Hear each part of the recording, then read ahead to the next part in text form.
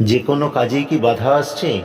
কাজে হাত দিচ্ছেন অথচ সফলতা পাচ্ছেন না, ব্যবসা ঠিকমতো চলছে না, টাকা আসছে কিন্তু ধরে রাখতে পারছেন না, জলের মতো টাকা খরচ হচ্ছে, তাহলে এই ছোট্ট কাজটি করে দেখুন।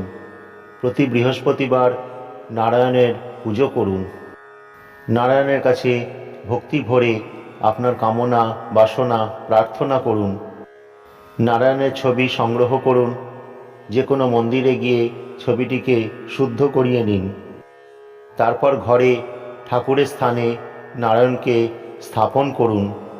যদি প্রতি বৃহস্পতিবার লক্ষ্মীর ঘটে পূজা করেন তবে এটা আরও ভালো হবে। হলুদ কাপড়ের ওপর নারায়ণকে স্থাপন করুন।